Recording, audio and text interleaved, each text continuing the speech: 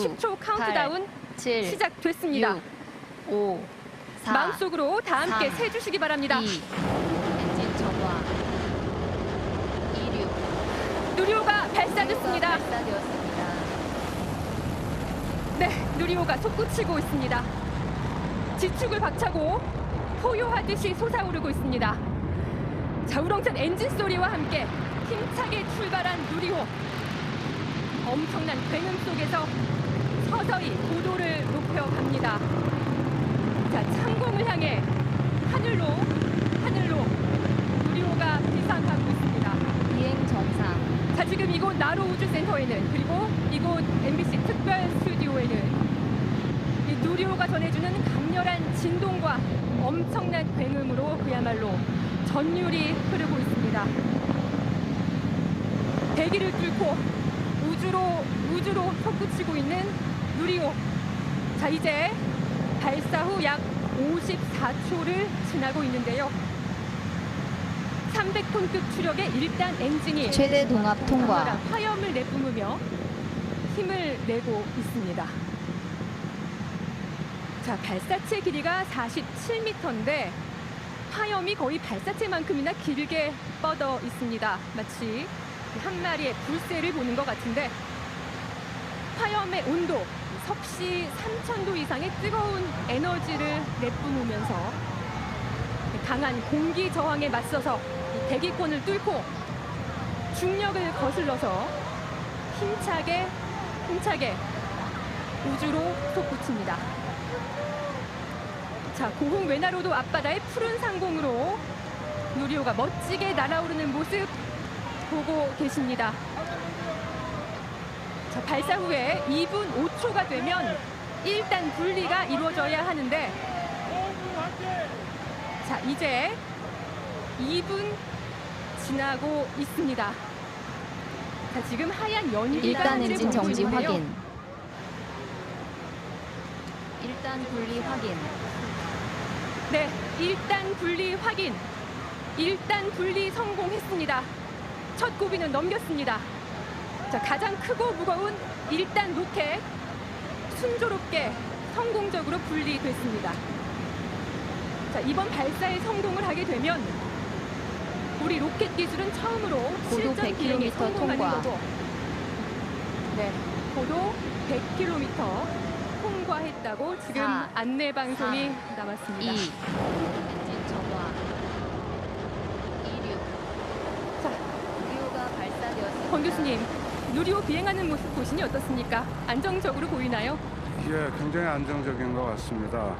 감동적입니다. 네, 이제 누리호는 육안으로는 보이지 않습니다. 지금 보시는 장면은 6시 24분에 발사한 누리호의 모습을 다시 보기로 보고 계십니다. 엔진 점화, 자, 지금 누리호는 총 240kg에 달하는 인공위성 8개를 싣고 550km 상공까지 쉬지 않고 빠르게 달려가고 있습니다. 26. 가장 무거운 1단 로켓이 분리된 만큼 앞으로 속도는 점점 더 빨라질 텐데요. 자, 지금 누리호 발사 후 3분 30초 지나고 있습니다. 이제 약 20초 뒤에는, 그러니까 발사 후 3분 54초가 되면 204km 상공까지 올라가서 이 위성을 보호하고 있던 덮개인 페어링이 분리돼야 합니다. 네, 이제 한 10초 정도 남은 것 자, 같습니다. 고도 200km 통과했습니다. 페어링 분리 확인. 자, 3, 2, 페어링 분리 확인, 페어링이 분리됐습니다. 자, 누리호의 두 번째 고비, 페어링 분리가 아주 순조롭게 잘 이루어졌습니다. 10. 자, 안재명 교수님, 8, 지금까지 7, 1단 추진체와 6, 페어링 분리까지 5, 완료됐는데 4, 지금 연구진들이 예상한 시간에 정확하게 이루어진 거죠. 그렇습니다. 지금 연구진의 예상에 따르면 2분 5초에 이제 1단이 분리되고 3분 54초에 베어링이 분리되는 것으로 되어 있었는데 모두 잘 된 것으로 보입니다. 네. 이제 다음 단계는 2단 엔진이 정지되고 정지됐습니다. 2단 엔진 지금 정지 확인됐습니다. 그리고 2단 로켓 분리까지 10, 성공했습니다. 8, 7, 6. 자, 4분 32초. 발사 후 4분 32초에 258km 상공에서 2단 분리가 완료됐습니다. 고도 300km. 자, 지금은 누리호를 발사한 영상을 다시 보고 계시는데요. 9, 8, 자, 아직도 누리호 7, 발사 순간의 6, 긴장감과 떨림이 4, 여전히 이곳 3, 현장에 생생하게 남아 있습니다. 전원. 지금 누리호는 고도 300km를 안정적으로 통과했습니다. 자, 누리호 발사 장면은 다시 봐도 여전히 또 심장 박동이 빨라집니다. 10, 지금까지는 아주 7, 순조롭게 6, 누리호 발사가 이루어지고 있습니다. 3, 2, 자, 이제 남은 건 발사 후 13분 3초가 되는 시점에, 그러니까 6시 37분쯤 됐을 때 누리호가 우리의 목표인 550km 상공까지 잘 올라가는 과제가 남았습니다.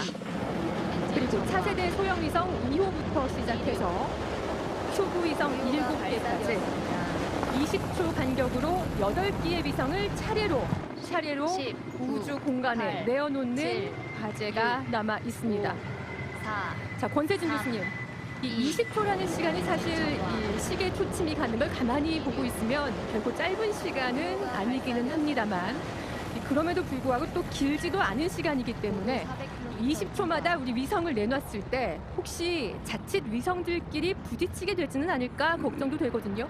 그 위성을 디플로이하는 그 장치에서 충분히 그런 점을 고려를 해서 차세대 소형위성 2호는 그 3단 상단 로켓이 진행 방향으로 튕겨져 나가고요. 그다음에 큐브 위성은 그 상단 로켓 진행 방향으로부터 수직인 방향으로 튕겨져 나가게 돼 있습니다. 네. 예, 그렇기 때문에 위성들끼리 충돌할 위험은 이미 배제가 돼 있습니다. 서로 충돌하지 않게 기술적으로 모두 보완이 되어 있다, 이렇게 말씀을 해주셨고요. 또 안재빈 교수님, 또 네. 많이들 궁금해하는 게 이 페어링은 3단 로켓에 붙어있는 위성 보호막이잖아요. 근데 왜 분리 순서가 1단, 2단, 그 다음에 페어링이 아니라 1단 분리 다음에 바로 페어링 분리냐 물어보시는 분들 많거든요. 이거 왜 그런 거죠? 간단히 말씀드리면 속도를 효율적으로 얻기 위해서입니다. 베어링은 위성 로켓이 이제 대기 중을 올라갈 때 네. 아주 열과 진동이 크게 발생을 하는데요. 그로부터 위성을 보호해주는 그런 역할을 합니다. 네. 근데 고도가 많이 높아지면 이제 공기가 희박해지고 거기는 열과 진동이 문제가 안 되기 때문에 페어링이 필요가 없게 되고, 또 페어링이 사실 무겁거든요. 합치면 600kg 정도가 되는데요. 600kg이요. 이걸 계속 달고 가속을 하게 되면 속도가 이제 우리가 원하는 만큼 충분히 안 올라가기 때문에 네. 얘를 이제 용도가 다 됐기 때문에 얘를 분리를 하는 거죠. 페어링을 먼저 분리해 주는 것이 600kg에 달하는 무게를 덜어주면서 속도를 더 내기에 용이하다, 이런 설명을 해주셨고요. 자, 이렇게 분리된 추진체들이 바다로 떨어지는 건 알겠는데 혹시 이 바다 위에 배들이 또 위험한 건 아니냐 걱정하는 분들도 있거든요. 낙하 지점도 다 정해져 있죠, 김 기자? 네, 현재 일단은 공 발사장에서 430km 거리에 있는 해상에, 2단은 2804km 떨어진 필리핀 동쪽에 있는 태평양 해상에 있을 겁니다. 지도로 확인했을 때 육지와 아주 멀리 떨어진 지역들이어서 사고 위험은 당연히 없습니다. 네. 자, 지상에서 수백 킬로미터 떨어진 곳을 날고 있는 누리호의 상태. 지금은 상공 500km를 통과했는데요. 이렇게 우리가 누리호의 상태를 알 수 있는 건 하늘에서 데이터를 내려보내기 때문이잖아요. 권 교수님, 네. 지금 누리호가 눈에 보이지 않아도 우리가 속보를 계속 전해드릴 수 있는 것도 다 그 덕분인데, 그 어떤 추적소들이 있고 또 어떤 데이터를 내려받게 되나요? 그렇죠. 이 텔레메트리 정보를 이제 여기 고흥하고 제주도, 팔라우 이런 데서 이제 수신을 할 수가 있거든요. 그런데 위성의 경우에는 우선 제일 먼저 지나가게 되는 게 남극에 있는 세종 기지입니다. 여기 항우연의 지상국이 있는데 여기서 일단 비콘 수신을 하게 되고요. 네. 그다음에 다시 이제 다시 인공위성이 지구를 한 바퀴 돌고 한국 상공으로 왔을 때 카이스트 인공위성 연구소의 위성 관제센터에서 또 수신을 하게 됩니다. 네. 그다음에 보조적인 그 지상국으로 스웨덴 보덴에 위치한 지상국을 저희가 임차해서 사용을 하고 있는데요. 거기는 작년에 우리 인공위성 연구소 연구진이 가서 하드웨어를 설치를 하고 왔기 때문에 네. 거기서 또 위성 정보를 수신할 수가 있습니다. 그런 과정을 통해서 지금 우리가 누리호가 어디를 지나고 있는지 확인할 수 있는 겁니다. 자, 계획대로 위성 사출이 다 되고 누리호가 18분 58초의 비행을 모두 마쳤다 하더라도 안 교수님, 그 시점에 우리가 완벽히 성공했다 이렇게 말할 수는 없는 거잖아요. 예, 그렇습니다. 우리가 궤도 결정이라고 하는 이런 과정, 그다음에 위성의 기능을 확인하는 과정이 남아있기 때문입니다. 사실 궤도가 만들어졌는지는 발사체의 최종 위치와 속도를 가지고 어느 정도 파악이 되지만은 위성의 궤도를 이제 지상에서 관측을 통해 가지고 결정을 하게 되고 이때 궤도가 잘 투입했으면 결정이 확인이 되는 겁니다. 네. 또 이와는 별개로 또 위성이 기능을 하는지에 대해서 알아보는 과정이 또 필요하겠습니다. 네. 자, 김 기자, 그리고 이 과학기술정보통신부가 과기정통부가 누리호 3차 발사의 최종 성공 여부는 또 10, 한참 나중에 발표를 8, 합니다. 7, 이번엔 왜 이렇게 오래 걸리는 6, 건가요? 네, 오, 처음에는 신호가 4, 제대로 안 잡힐 수 3, 있기 때문입니다. 이 2, 인공위성들에서 오는 신호들이 처음에는 좀 안 잡힐 수 있어서 혼선을 주지 않기 위해서 좀 더 지켜보는 거고요. 그동안 부지런히 교신을 합니다. 차소위성 2호 같은 경우에는 카이스트에서 만들어졌죠. 여기서 교신 신호를 받게 되고요. 또 도요색 같은 경우는 천문연구원에서 만들었기 때문에 또 이 천문연에서 각 나라에 연결된 기관들을 통해서 데이터를 주고받을 예정입니다. 이런 데이터들을 모아서 오차 범위가 줄었다고 판단이 될 경우에 내일 오전 11시에 발표될 예정입니다. 네, 일단 우리가 오늘 지금 여기서 알 수 있는 건 이 발사가 제대로 됐는지, 그리고 위성들이 목표 궤도에 무사히 자리 잡았는지 거기까지는 확인을 할 수 있을 것 같습니다. 이 위성들이 제대로 또 의도한 바대로 작동을 하고 있는지는 내일 정확히 알 수 있게 될 것 같습니다.